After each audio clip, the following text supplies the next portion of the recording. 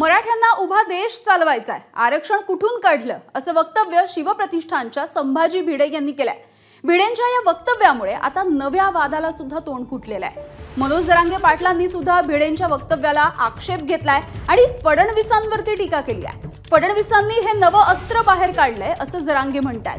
विशेष म्हणजे आंतरवाली सराटीमधल्या लाठीचार्ज प्रकरणानंतर भिडेंनी मनोज जरांगे पाटील यांची भेट सुद्धा घेतली होती। या भेटीमध्ये मराठा आरक्षण मिळालंच पाहिजे अशी भूमिका भिडेंनी सुद्धा मांडली होती।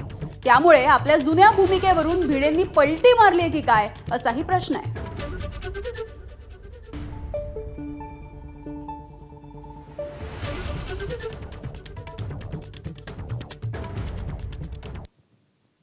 आणि मराठ्यांनी आरक्षण मागावं का?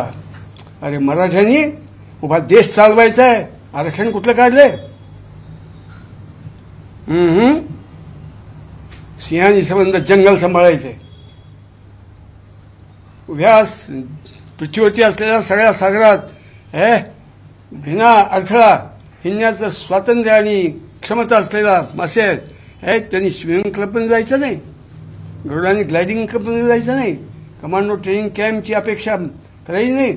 मराठा जात संबंध देशाचा संसार चालवणारी जात हे मराठ्यांच्या लक्षात येईल ज्या दिवशी, त्या दिवशी या मातृभूमीचं भाग्य उजळून जाईल।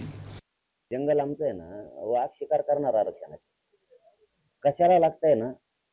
हे ज्या ज्या संघटनेत मराठ्याचे पोर आहेत, ज्या पक्षात मराठ्याचे पोर आहेत त्यांना माहिती आरक्षण कशाला लागतं। कारण त्यो ज्या संघटनेत मराठ्याचे पोर आहेत, ज्या पक्षात मराठ्यांचे पोर आहेत, यांचा झेंडा उचलून स्वतःच्या लेकराचं, स्वतःच्या बहिणीचं, भावाचं कल्याण नाही ते करू शकत, नुसतं त्यांचा झेंडा उचलून त्या पक्षाचा किंवा त्यांचा उचलून त्याला आरक्षण लागणार आहे, त्याचे पोरं मोठे करायला। एबीपी माझा, उघडा डोळे बघा नीट।